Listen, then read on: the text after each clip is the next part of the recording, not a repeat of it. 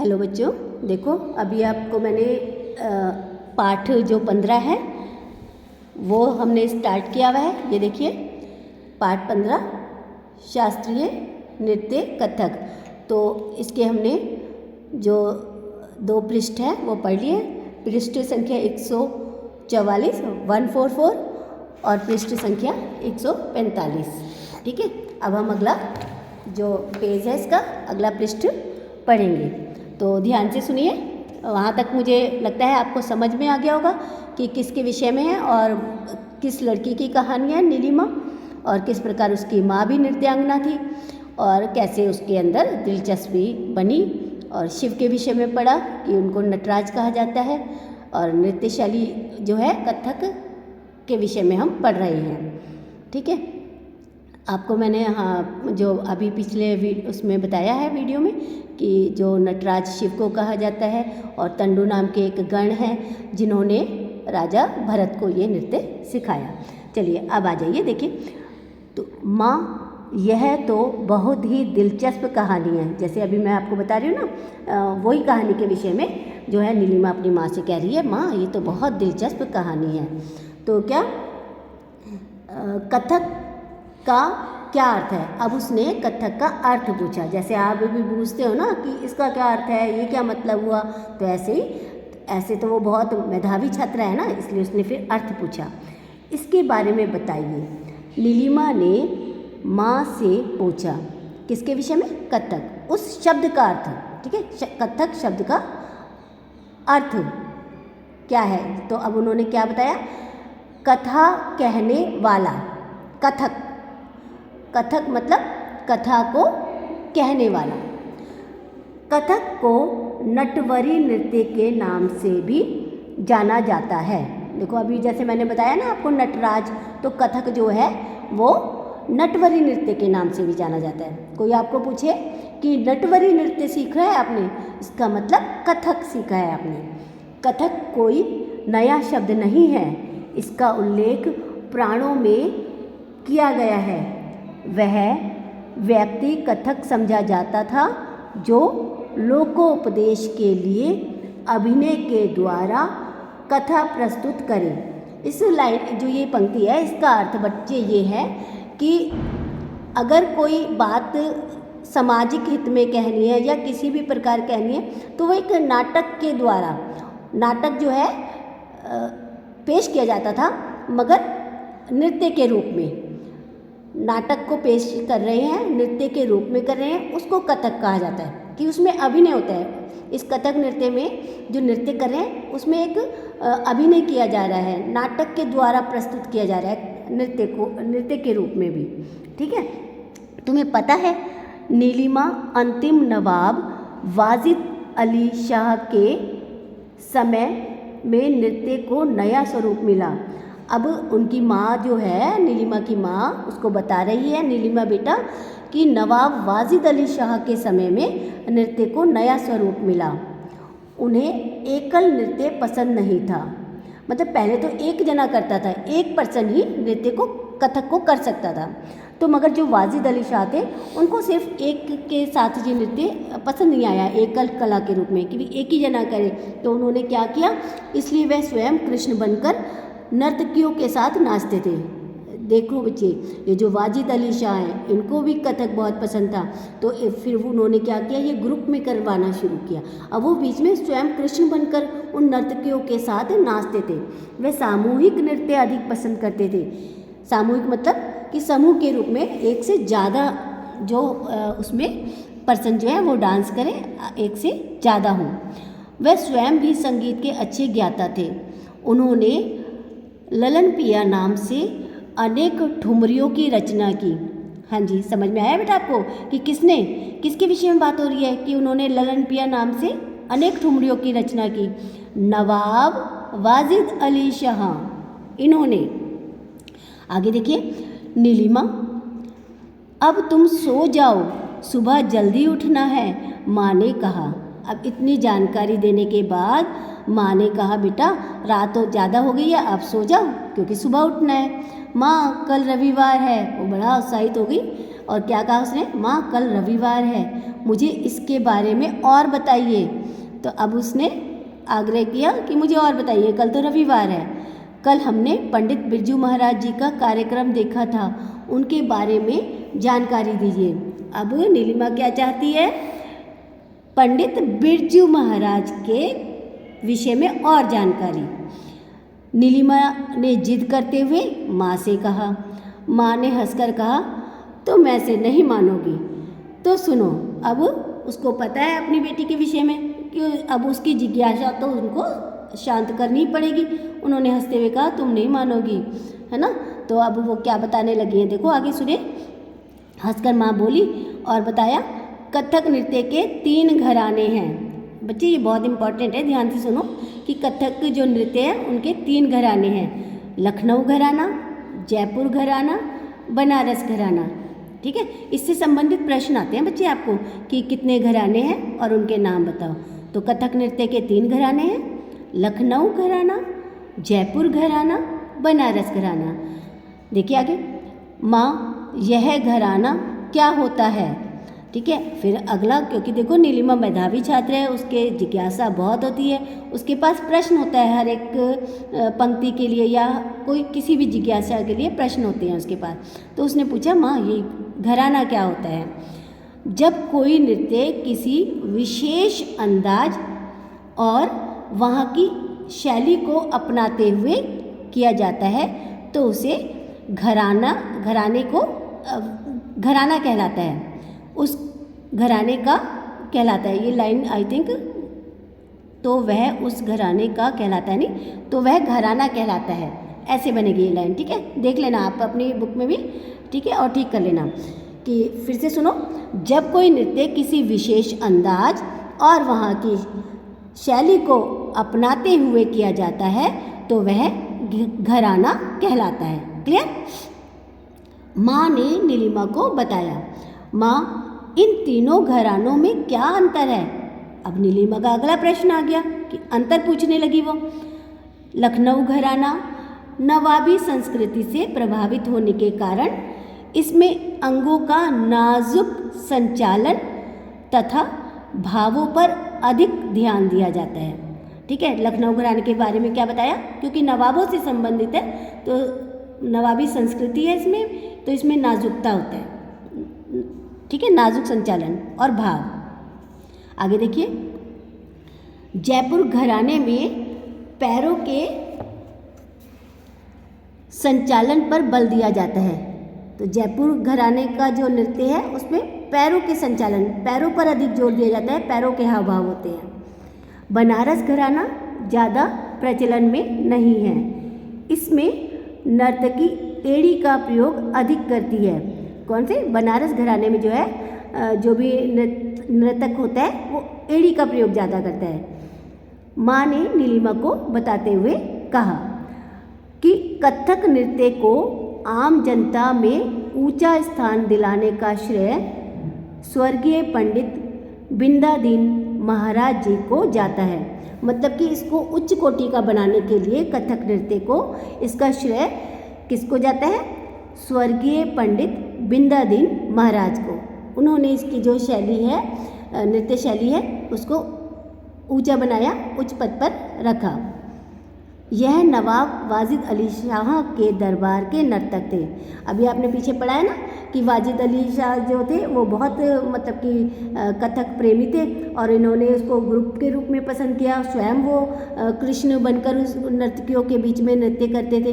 तो जो पंडित बिंदादीन है वो वाजिद अली शाह के दरबार के ही नर्तक थे। वह अपने भाई कालका प्रसाद जी के साथ नृत्य करते थे। उस समय कालिका बिंदादीन की जोड़ी नृत्य में बहुत प्रसिद्ध थी। उनकी एक जोड़ी बनी हुई थी जो कैसे फेमस थी? कालिका बिंदादीन, इस तरह से वह फेमस थी। चलिए, तो ठीक है बेटा, आगे देखिए। जोड़ी थी कालिका बिंदादीन की जोड़ी। पंडित बिरजू महाराज भी उसी वंश के थे और उन्होंने अपनी नृत्य की परंपरा को ऊंचाइयों पर पहुंचाया। तो जो अभी आपने पढ़ा है ना, नीलिमा ने एक वीडियो देखी थी पंडित बिरजू महाराज की, तो ये भी कथक के नृत्य थे। तो उन्हीं से वो प्रेरित हुई थी और उसने अपनी माँ से जो था आग्रह किया था विषय में बताओ। और बहुत जिज्ञासु लड़की है वो नीलिमा, और वो नृत्य करना चाहती है, तो अपनी माँ से वो तरह तरह के प्रश्न जो है वो कर रही है।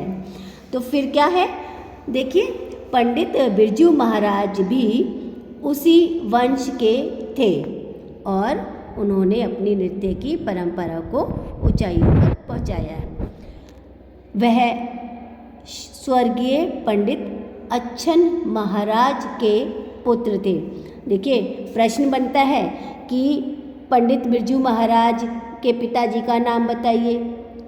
छोटे छोटे प्रश्न होते हैं बच्चे, अगर हम अपने पाठ को ध्यान पूर्वक पढ़ें ना, तो सारे तो उत्तर उसी में होते हैं। हमें याद करने की आवश्यकता नहीं होती है, बस ध्यान देने की आवश्यकता होती है। तो थोड़ा सा ध्यान से पढ़ें ना, तो हर प्रश्न का उत्तर हमें यही मिलेगा। तो अभी जैसे मैं आपको प्रश्न कर रही हूँ कि पंडित बिरजू महाराज जी के पिता का क्या नाम था, देखो यहाँ आ गया, स्वर्गीय पंडित अच्छन महाराज। ठीक है, तो अच्छन महाराज के पुत्र कौन थे, पंडित बिरजू महाराज। किसी भी प्रकार से ये प्रश्न बन सकता है। इनका पूरा नाम ब्रज मोहन दास था। एक और प्रश्न बन गया, पंडित बिरजू महाराज का पूरा नाम क्या था। ठीक है, तो ये ऐसे ही प्रश्न का एक और उत्तर आ जाएगा कि पंडित बिरजू महाराज का पूरा नाम ब्रज मोहन दास। ठीक है बेटा, तो पूरा नाम ब्रजमोहन दास था। जब वह केवल 10 वर्ष के थे तब इनके पिता का देहांत हो गया। ठीक है, जो बिरजू महाराज हैं उनके पिता का देहांत हो गया था। कब? जब वो मात्र 10 वर्ष के अवस्था के थे। पिता की मृत्यु के बाद उन्हें कई मुसीबतों का सामना करना पड़ा, क्योंकि देखो बेटा, 10 वर्ष की आयु कोई बहुत बड़ी तो नहीं होती है। हमें तो देखो आजकल कितना सपोर्ट मिलता है ना माता पिता का, और आपको तो पता ही होगा माता पिता के सपोर्ट के बिना क्या जीवन संभव है। तो देखो, अभी ये जो पंडित बिरजू महाराज हैं केवल 10 वर्ष की अवस्था के हैं, इनके पिताजी का देहांत हो गया है, और फिर भी देखो अब आज दुनिया जानती है इनके नाम को। और ये नहीं कि हमारे देश में, भारत में, विश्व में प्रसिद्ध है ये। तो ऐसे नहीं है कि अगर इंसान चाहे अपने बलबूते पे कुछ भी कर सकता है, और वो अभी देखो विश्व में प्रसिद्ध है।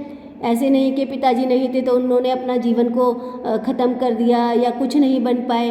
तो इंसान में एक ना जिज्ञासा होनी चाहिए, कुछ करने का एक जज्बा होना चाहिए, तो वो बड़े से बड़े काम कर सकता है। ठीक है, तभी वो विश्व प्रसिद्ध एक देखो कथक नृत्य बने हैं, नर्तक बने हैं। ठीक है, तो अभी सुनिए, देखो क्या क्या मुसीबतें थी। तो पिताजी की मृत्यु के बाद उन्हें कई मुसीबतों का सामना करना पड़ा, किंतु अपने रियाज में उन्होंने कोई कमी नहीं आने दी। देखो, रियाज का मतलब होता है अभ्यास करना। तो चाहे वो 10 वर्ष के थे, छोटी आयु के थे, अल्पायु के थे, पिता का साया नहीं था, फिर भी उन्होंने जो वो अभ्यास करते थे अपने नृत्य का, उसमें कोई कमी नहीं आने दी, और वो अभ्यास करते थे। देखो, आपने एक वो भी सुना होगा ना, करत करत अभ्यास के जड़मति होत सुजान, कि जो अभ्यास है वो इंसान को, मनुष्य को निपुण बनाता है। इसलिए तो हम बार बार कहते हैं कि रिविज़न वर्क देते हैं, रिवाइज करो, अभ्यास करो, क्योंकि बार बार अभ्यास करने से क्या है कि हम ना परिपक्व हो जाते हैं, हमें याद हो जाता है। अगर मान लो हमें एक बार में नहीं कुछ समझ में आता, याद होता, तो हम दोबारा कर लें, बस इतनी ही बात है। तो अभ्यास आपको ज़रूर करना चाहिए। जैसे कि पंडित बिरजू महाराज जी ने रियाज़ किया और वो एक कुशल जो कथक नर्तक बने और विश्व में प्रसिद्ध हुए। वे स्वभाव में बहुत सरल और मिलनसार थे। बहुत, अब देखो इतने फेमस हैं मगर फिर भी वो बहुत सरल स्वभाव के थे, बहुत मिलनसार थे। माँ, इनका घराना कौन सा था? चलो भाई, अब नीलिमा का एक और प्रश्न आ गया। क्या पूछ रही है नीलिमा अब कि माँ, इनका घराना कौन सा था? वाह, तुमने बहुत अच्छा प्रश्न किया। हम भी कह देते ना जब आप प्रश्न करते हो, है ना। तो ऐसे ही उसकी माँ ने नीलिमा को कहा कि वाह क्या बात है, बहुत अच्छा प्रश्न किया। ये लखनऊ घराने के थे। अब जो है नीलिमा की माँ ने नीलिमा को उसके घराने के विषय में बताया पंडित बिरजू महाराज जी के कि वो लखनऊ घराने के थे। माँ ने मुस्कुराकर उत्तर दिया, तुम्हें पता है नीलिमा, पंडित बिरजू महाराज ने एक श्रेष्ठ कथक नृत्य कलाकार के रूप में देश विदेश में खूब नाम कमाया है। मैंने बताया ना आपको जैसे कि देश विदेश मतलब पूरे वर्ल्ड फेमस थे ये, विदेशों में भी, ये नहीं कि सिर्फ हमारे भारत में, खूब नाम कमाया है। इन्हें भारत सरकार द्वारा पद्म विभूषण, मैंने बताया ना आपको बहुत सारे पुरस्कार भी मिले हैं, तो पद्म विभूषण, मध्य प्रदेश सरकार द्वारा कालिदास पुरस्कार, ठीक है, एक तो पद्म विभूषण और मध्य प्रदेश सरकार द्वारा कालिदास पुरस्कार और सोवियत संघ द्वारा नेहरू फेलोशिप, ये कहाँ से मिला इनको? सोवियत संघ द्वारा नेहरू फेलोशिप सम्मान प्राप्त हो चुका है। ठीक है, ये देखो इनको मैंने आपको शुरू में ही बताया था कि पंडित बिरजू महाराज को बहुत सारे पुरस्कार मिले हैं, ये उनके प्रकार दिए हुए हैं। लेकिन दुर्भाग्य रहा कि नृत्य के साधक 17 जनवरी 2022 को इस संसार से विदा हो गए। तो जो पंडित बिरजू महाराज इनका निधन हुआ है अभी 2022 में कोरोना काल के बाद संसार से विदा हो गए। मुझे तो लगता है आप लोगों को इस जो ये पंक्ति है इसका अर्थ समझ में आ गया होगा कि उनका देहांत हो गया, उनकी मृत्यु हो गई। कब हुई है? आपको ये प्रश्न फिर बन सकता है कि उनकी मृत्यु कब हुई, तो 17 जनवरी 2022 को। अब देखिए, काश वह जीवित होते तो मैं उनसे ज़रूर मिलती। जो नीलिमा है वो क्या कह रही है? काश वो जीवित होते तो मैं उनसे मिलती। अब यहाँ पे जो नीलिमा है वो थोड़ा भावुक हो गई है कि उसको थोड़े वो इमोशंस में आ गई है, क्योंकि उसको कथक पसंद है और वो प्रभावित हुई है पंडित बिरजू महाराज जी के नृत्य से, उनकी जो स्वभाव से है। तो वो अब चाहती थी कि काश वो होते जीवित तो वो उनसे ज़रूर मिलती। जानती हो, कथक केंद्र दिल्ली में बिरजू महाराज नियुक्त रहे थे, कि जो बिरजू महाराज हैं वो दिल्ली में कथक केंद्र दिल्ली में बिरजू महाराज नियुक्त रहे हैं, कि वो जो वहाँ पे जो कथक केंद्र है वहाँ पे वो नियुक्त रहे हैं पंडित बिरजू महाराज। माँ ने बात को बदलते हुए कहा। जब माँ ने देखा कि वो नीलिमा जो है थोड़ा सा भावुक हो गई है तो उन्होंने बात को बदल दिया ताकि उसके दिल को थोड़ा सा ठेस ना पहुँचे। तो वो और कुछ बताने लगे बिरजू महाराज के विषय में। अच्छा, वहीं जहाँ मैं नृत्य सीखने जाऊँगी। अब वो थोड़ा सा अलग से उत्सुक हो गई, दूसरे प्रश्न पे आ गई। अच्छा, वहीं जहाँ मैं सीखने जाऊँगी, जैसे आप लोग कह देते हो। तो फिर उसकी माँ क्या कहती है? हाँ बेटा, वहीं, कल रविवार है, मैं सोमवार को जाकर तुम्हारा दाखिला करवा दूँगी। अब उसकी माँ जो है नीलिमा की क्या कह रही है कि सोमवार को मैं जाकर आप तुम्हारा दाखिला करवा दूंगी, क्योंकि उसका बच्चे नृत्य के प्रति जो है रुझान है, तो उसकी माँ भी इस कला के प्रति उसके रुझान को देखते हुए वहाँ दाखिला करवाना चाहती है। हाँ माँ, कल मुझे घुंघरू भी दिलवा दीजिएगा। अब उसकी उत्सुकता और बढ़ गई है और अब वो क्या कह रही है? हाँ माँ, मुझे ना आप घुंघरू भी दिलवा दीजिए, मैं घुंघरू चाहती हूँ। अब मतलब कि आपको पता होगा जो हमारे पारंपरिक जो नृत्य हैं, चाहे वो कथक है मतलब कि शास्त्रीय नृत्य है या वो लोक नृत्य है, तो घुंघरू का बड़ा महत्व होता है। उसके मतलब कि जब पैरों में घुंघरू बांध के वो नृत्य किया जाता है तो उसका प्रभाव अलग बढ़ जाता है। पैरों की थाप से वो जब वो बजते हैं तो उसका प्रभाव मन को और ज़्यादा भाता है और आई थिंक उसका प्रभाव जो है वो इमोशंस भी दिखलाता है जब घुंघरू पैरों में बंधे होते हैं।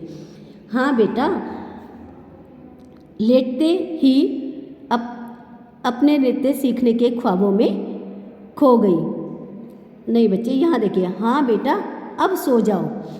तो क्या कि जब नीलिमा ने घुंघरूओं की भी बात कह ली, तब उसकी माँ ने कहा कि हाँ बेटा अब सो जाओ, रात बहुत हो गई है।